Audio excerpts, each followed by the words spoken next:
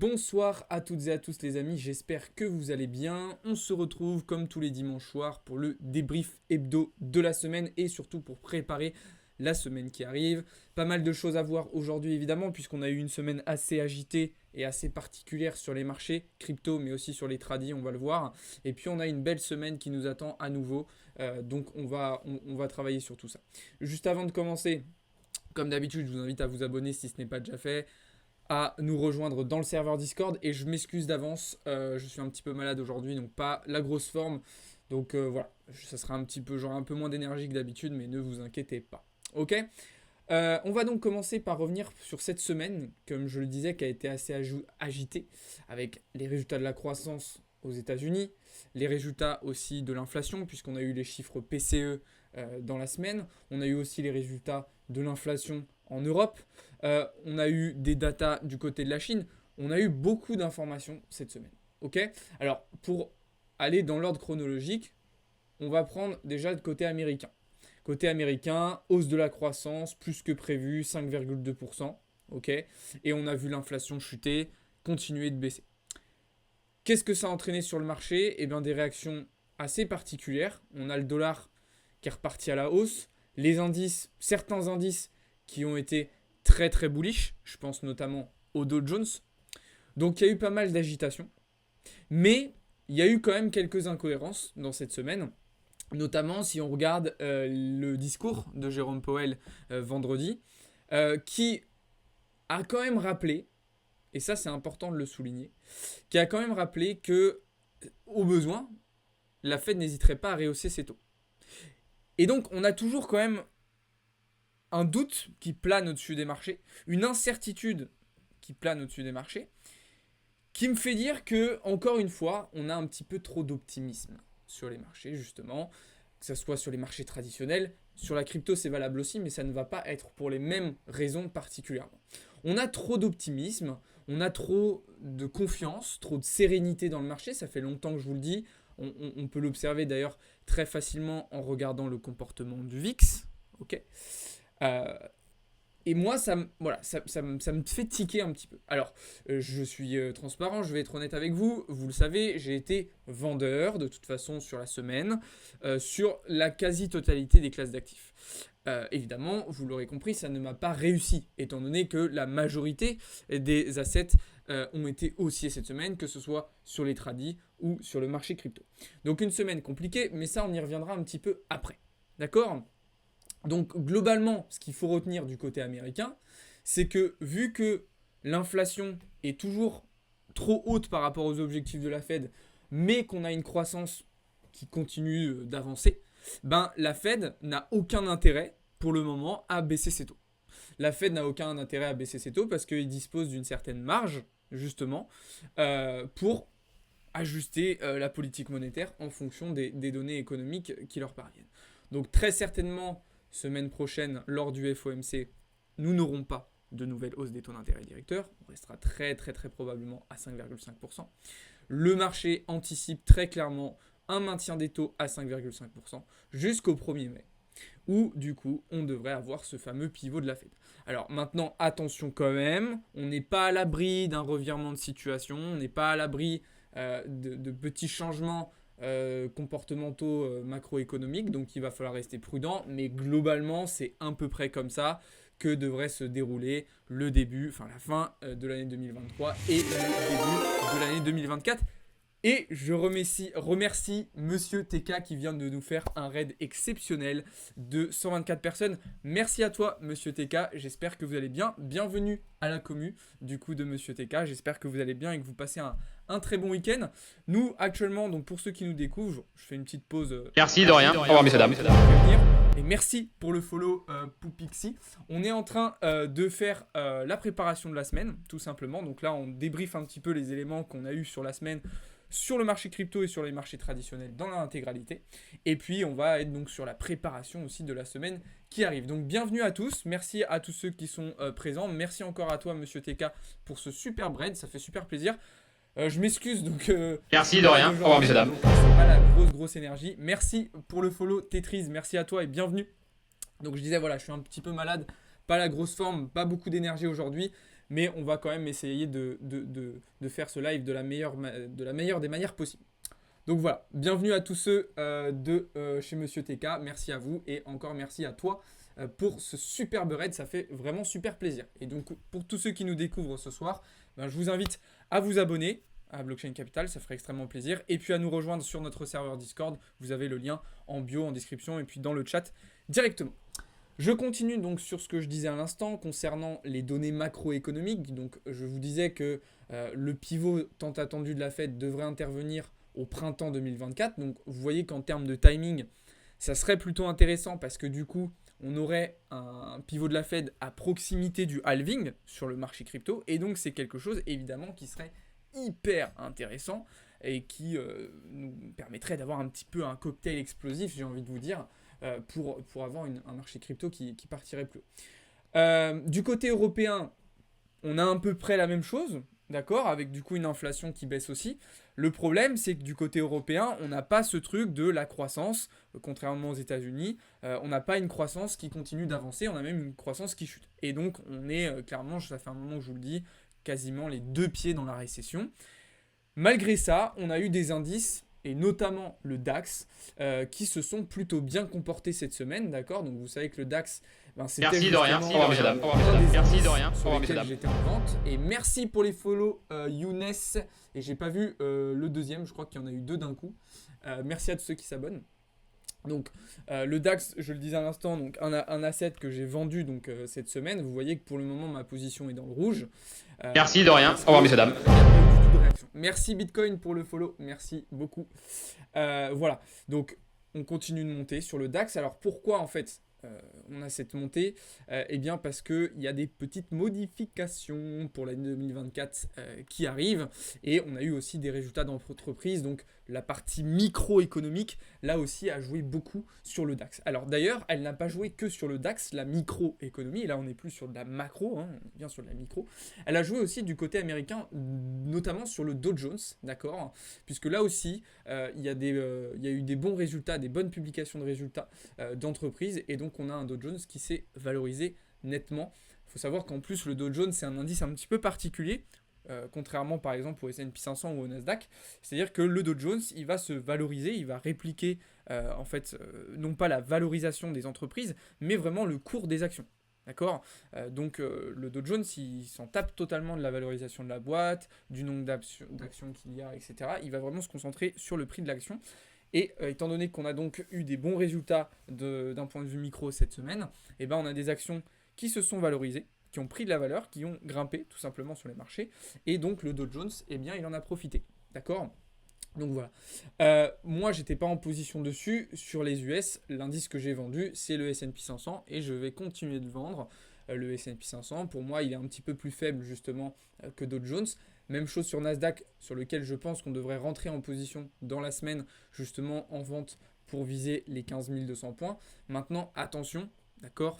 Soyez prudents, on est quand même sur des marchés très très très très bullish, ok. Donc allez-y doucement, maîtrisez bien vos tailles de position, respectez bien votre stratégie, respectez bien votre risk management, parce qu'on a quand même des marchés qui sont assez bullish.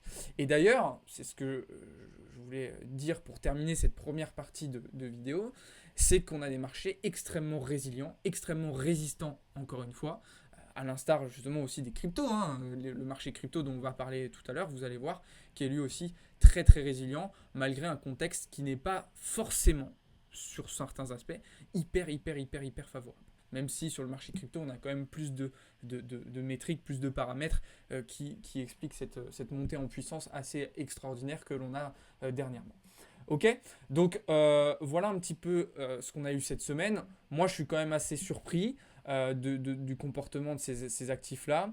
J'ai été un petit peu surpris aussi du comportement du dollar, qui a eu des réactions un petit peu inattendues. C'est-à-dire que quand on avait des datas qui étaient plutôt inflationnistes, on a un dollar qui se mettait à baisser. Et quand on a eu des datas plutôt déflationnistes, on a un dollar qui est monté. Donc il a fait un petit peu l'inverse de ce à quoi on aurait pu s'attendre.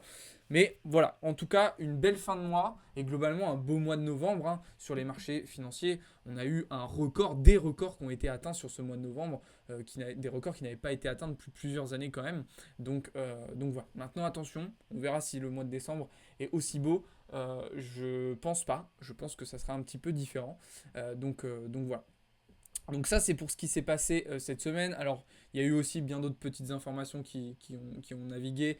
Pour ça, je vous invite à aller voir dans le serveur Discord le contenu qu'on vous fait. Et puis, bien évidemment, allez voir aussi nos vidéos sur la chaîne YouTube, les amis, puisque vous pourrez retrouver en détail, bien justement, les différents éléments et informations qu'il y a eu durant la semaine. D'accord ? On va pouvoir désormais donc se tourner un petit peu plus concrètement sur la semaine qui arrive. Avant ça, on va revenir quand même sur la semaine qui vient de s'écouler sur le marché crypto quand même. Une semaine assez exceptionnelle. Vous le voyez, quand même 39 000 $. On a atteint presque les 40 000. Ça fait du bien. Un marché dans le vert, mais pas totalement.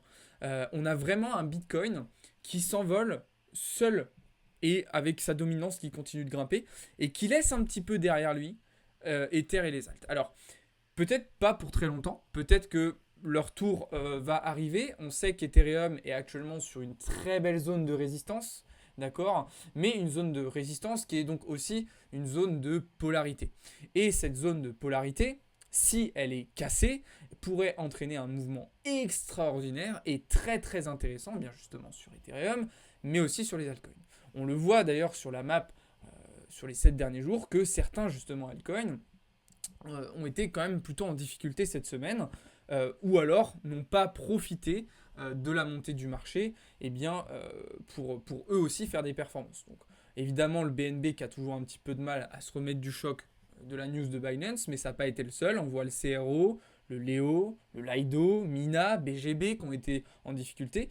D'ailleurs, je ne sais pas pourquoi, je me suis fait la réflexion tout à l'heure. C'est assez intéressant de noter qu'on a pas mal de tokens d'exchange crypto qui ont été en difficulté cette semaine. BNB, je le redis, CRO, BGB. Alors, est-ce qu'il y a une raison à ça? Je ne sais pas. Personnellement, je n'ai pas forcément d'explication, mais c'est assez intéressant à noter quand même. C'est un point quand même, selon moi, qu'il faut soulever. Donc, voilà pour la crypto. Maintenant, je trouve quand même que c'est pareil, on a un petit peu de suroptimisme. Donc il faut être prudent. Si vous êtes acheteur depuis plusieurs semaines, eh bien félicitations. C'est sans doute un moment vraiment idéal, j'ai envie de vous dire, pour prendre des profits. Maintenant, ça ne veut pas dire, pas du tout dire, qu'il faut se mettre à vendre. Je l'ai fait, j'ai essayé de vendre. Moi, ma zone des 38 200, vous savez que c'était ma zone de vente. J'ai respecté mon plan, j'ai vendu. J'ai perdu, ça fait partie du jeu. Voilà. Maintenant, c'est pas forcément là le moment de vendre. Pour moi, la cassure des 38 200 $ a déclenché des targets pour les 42 000. Donc, selon moi, il n'y a pas forcément de raison là qu'on s'arrête avant justement les 42 000 $. On le voit très très bien d'ailleurs sur l'order book. C'est quelque chose que je vous avais montré un bon nombre de fois. Si on se met sur on va se mettre sur du 1 heure, ça sera un petit peu plus visible, mais on a vraiment un automate en fait jusqu'aux 42 000 $. Et merci Swissfold pour le follow, bienvenue à toi. Donc voilà, on a vraiment une autobahn jusqu'aux 42 000 $. Donc il n'y a pas forcément, selon moi, de raison qu'on s'arrête avant. Alors, petit aparté, soyez prudents ce soir sur le marché crypto pour ceux qui spéculent un petit peu à court terme. On voit que, comme très régulièrement le dimanche soir, on a une hausse de l'open interest quand même qui est assez forte. Donc voilà, avec des fundings plutôt, c'est stable mais ultra positif. Et regardez surtout des spots qui sont aussi toujours acheteurs. Donc attention à potentiel mouvement un petit peu scammy du dimanche. Vous savez que généralement, c'est des mouvements qui sont un petit peu bizarres, qui sont un petit peu pièges et dont il faut se méfier. Okay, mais en tout cas, on a quelque chose d'intéressant.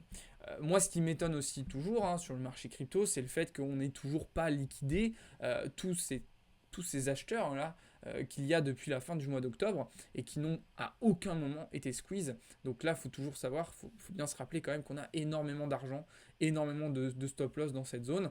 Donc moi, j'étais plus partisan effectivement du scénario d'abord 32 000 et après 42 000. Force est de constater que ce sera probablement l'inverse. Je ne pense pas prendre beaucoup de risques en disant cela. Donc très probablement, voilà, on ira chercher 42 000 et ensuite 32 000. Après, peut-être que pas du tout. Peut-être que les 42 000 $ vont être cassés avec une facilité déconcertante et qu'on va être capable d'aller plus haut. Ça, je ne peux pas vous le dire actuellement, mais c'est aussi une possibilité, même si évidemment, c'est pas celle qu'on privilégie actuellement le plus. Ok ? Donc voilà, globalement, du coup, sur la crypto, c'est vrai que j'ai pas forcément beaucoup de positions en cours parce qu'en fait, il y en a qui ont bien fonctionné, il y en a qui n'ont pas fonctionné du tout. Donc en gros, soit il y a eu des TP, soit il y a eu des stop loss. Donc globalement, il n'y a pas forcément beaucoup de positions en cours de mon côté. Je vous remontre notamment les très très belles positions acheteuses qu'on avait pris début de semaine. Rappelez-vous, sur le link, lundi, on avait eu aussi XRP, en longue aussi, on avait eu le CAS, on avait eu ARB. Par contre, effectivement, il y en a d'autres qui ont moins bien fonctionné, et ça a été le cas de TIA, sur lequel on est rentré en short, et qui n'a pas du tout réagi, et donc qui a totalement explosé à la. Okay. Donc voilà, tout ne peut pas passer, tout ne peut pas fonctionner forcément. En trade gagnant, on avait eu aussi Polkadot, qui avait très très bien fonctionné. On est par contre, toujours en short sur le DYDX. Pas de changement de ce point de vue-là. Donc voilà. Un petit peu frustré aussi de ne pas avoir respecté mon plan sur le PIS, parce que j'aurais dû rentrer. Mais on avait un contexte, en fait, un momentum qui me plaisait pas particulièrement au moment où on est venu chercher mon prix d'entrée. En 4 heures, on avait validé un boss baissier, donc break of structure bearish. Donc j'avais des petits signaux qui me faisaient dire que c'était pas le bon moment, et au final, mon plan était idéal. Donc un petit peu quelque chose qui se répète depuis le début du mois de septembre. C'est que j'ai des bonnes idées, mais que j'exécute pas suffisamment bien ces idées-là. Et c'est quelque chose que je vous répète très souvent. C'est qu'une bonne idée, ça ne vaut rien et ça ne sert à rien sans une bonne exécution. Les très très belles performances que j'ai pu réaliser entre janvier et août ont été justement dues à une très très bonne exécution de mes idées. C'est-à-dire que j'identifiais correctement un plan et je l'appliquais de la manière la plus optimisée possible, la plus optimale possible. Je sais pas quel est le terme. Et là, le problème, c'est que depuis septembre, c'est un petit peu moins le cas. En tout cas, c'est plus variable. C'est-à-dire que des fois, je vais bien le faire, mais il y a des semaines où je vais beaucoup moins bien exécuter mes positions. Alors, pourquoi il n'y a pas forcément de raison à cela? C'est peut-être aussi un marché qui est plus compliqué, mais c'est important de savoir se le dire, de savoir le reconnaître. Parce que je rappelle qu'en investissement, et tout particulièrement dans le trading, l'humilité, c'est une qualité qui est indispensable. Il faut rester humble, même quand on gagne, et surtout quand on gagne, il faut rester humble justement pour ne pas se laisser griser en fait, et s'emballer, ce qui peut avoir des répercussions des fois assez négatives, voire même catastrophiques. Donc voilà, pareil, de toute façon, si vous voulez un détail un petit peu de mes positions crypto, de mes scénarios, vous savez que je vous les partage dans le serveur Discord, donc je vous invite à venir voir ça. D'ailleurs, pour tous ceux qui nous ont rejoints ce soir, je vous invite à nous rejoindre aussi sur le serveur Discord. Ça sera un grand plaisir de vous accueillir. Donc voilà.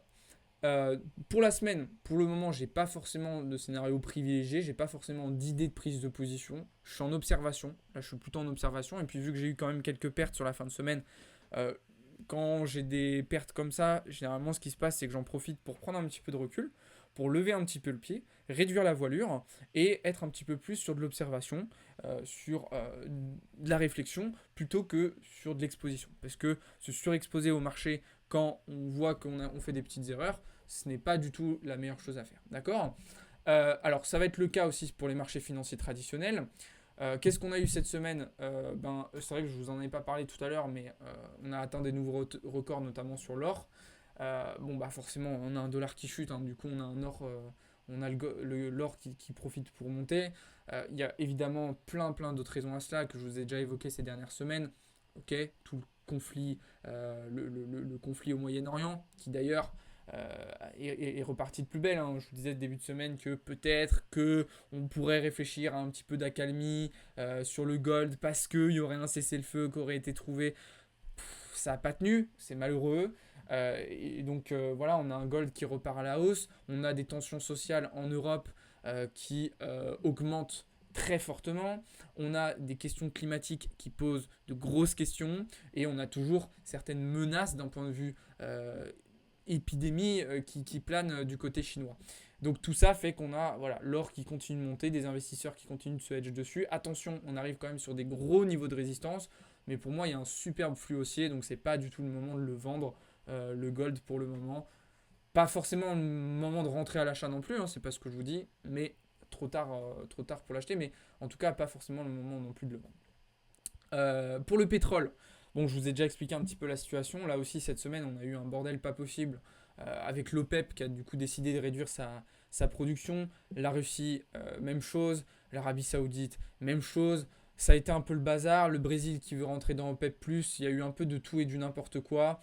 Bon, vous savez quand même que globalement, les analystes tablent sur le fait qu'on sera excédentaire en 2024, largement excédentaire en 2024. Donc moi, c'est vrai que j'ai plutôt tendance à être vendeur sur le pétrole, parce que qui dit excédentaire dit une offre beaucoup trop grande par rapport à la demande, et donc un prix qui devrait tendre plutôt à la baisse.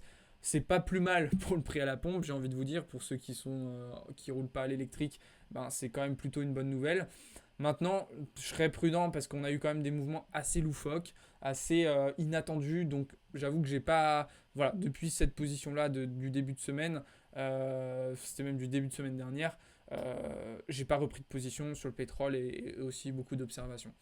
Donc voilà. Et puis, donc, pour finir et revenir du coup sur la partie indice, je reste vendeur sur les plus faibles, donc S&P, et je vais rentrer probablement début de semaine sur le Nasdaq. Je tiens ma position sur le DAX, même si ça commence à être compliqué. Voilà. Mais on est toujours dans les clous.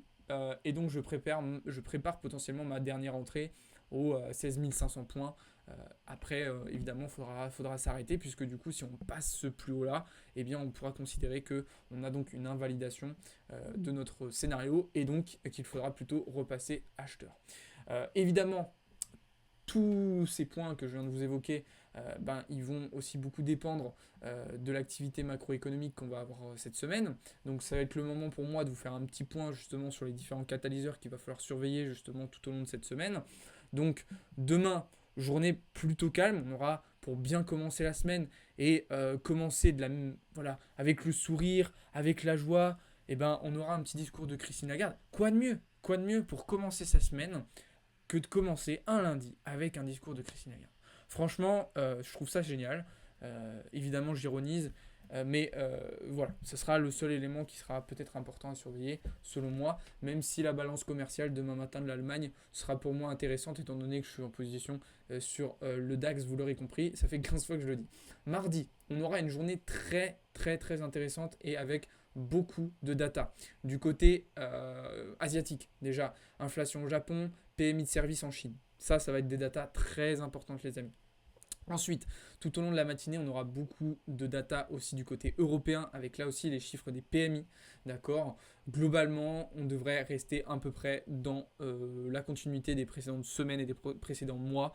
Et donc, de toute façon, voilà, c'est la fameuse récession, ralentissement de l'activité économique toujours notable, avec du coup des PMI en phase de contraction tout simplement, puisqu'on est sous les 50. On aura la même chose du côté américain du coup l'après-midi avec les PMI de service, vous l'aurez compris, et très important à 16h, la publication du rapport Jolts sur les nouvelles offres d'emploi. Attention, on est en semaine NFP, on est en semaine emploi aux États-Unis, beaucoup de data donc sur le marché du travail. Vous savez que c'est un marché qui est en tension, qui est très très très très surveillé par la Fed, et donc forcément ça pourrait créer pas mal de petites choses. Mercredi, d'ailleurs c'est étonnant parce que d'habitude ce chiffre-là ADP on l'a le mardi, mais je ne sais pas pourquoi il est décalé. Donc mercredi, continuation des datas sur le marché du travail aux États-Unis, donc avec les créations d'emplois dans le secteur non agricole. ADP, chiffre ADP, je rappelle, c'est quoi? C'est que en fait ADP c'est un organisme, une organisation externe qui va publier ce rapport et publier ses résultats. D'accord? Fin de semaine, vendredi, durant la journée NFP, on va le voir juste après, on aura ces chiffres, mais du coup par les organismes gouvernementaux qui seront publiés internes au marché. Okay, voilà, et les stocks de pétrole brut comme d'habitude. On aura d'autres petites datas intéressantes, décision de la BOC sur les taux, mais c'est pas des choses qui vont pour moi impacter les marchés directement, en tout cas pas les assets qui vont moi particulièrement m'intéresser.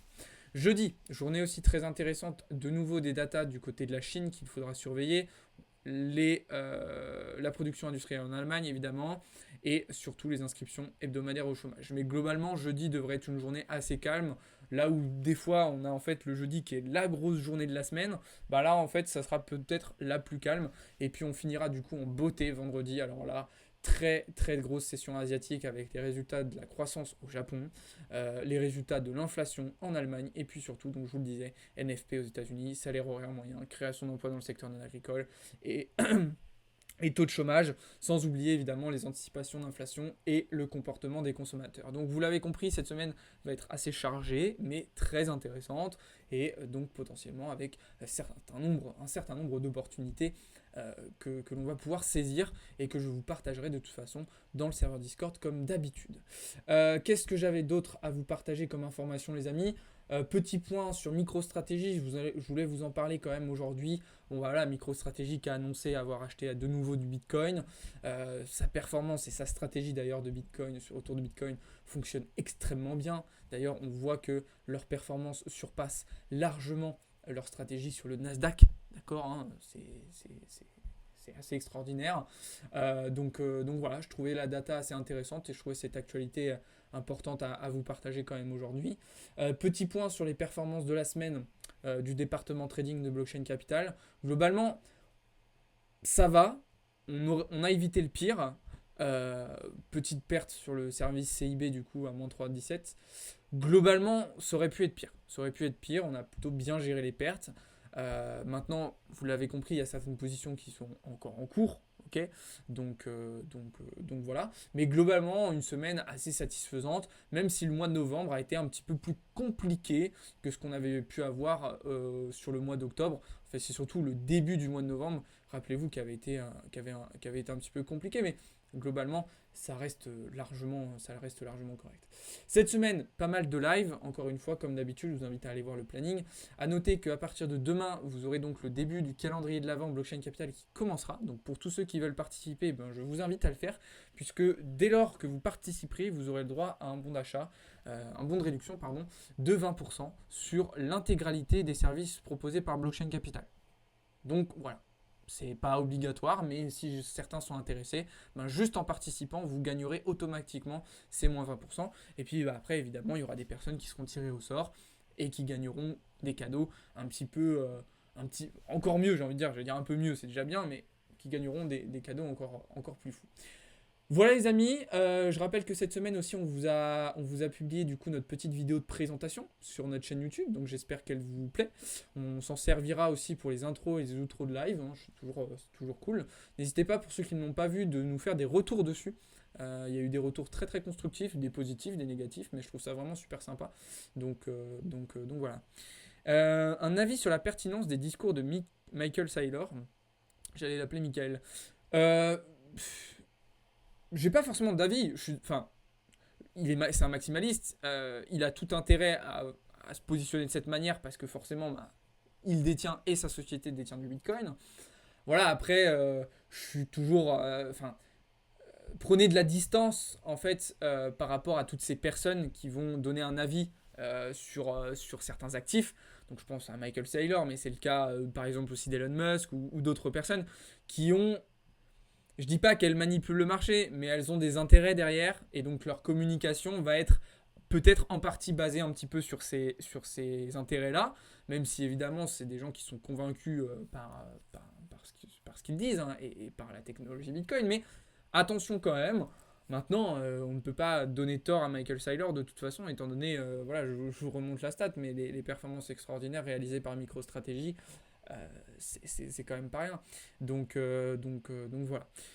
Les amis, je pense que j'ai fait à peu près le tour de tout ce que j'avais à vous dire aujourd'hui. Je vais couper l'enregistrement de la vidéo YouTube maintenant. Et pour ceux qui sont en live, ne vous inquiétez pas, on va rester encore ensemble et on va pouvoir discuter, je vais répondre à vos questions, etc. Ok ? Donc merci beaucoup pour ceux qui ont regardé la vidéo YouTube. Je vous souhaite une très très bonne fin de soirée, une bonne fin de week-end. Bon courage pour ceux qui reprennent le boulot demain. Et je vous dis à très vite. Ciao tout le monde, c'était Alex pour Blockchain Capital.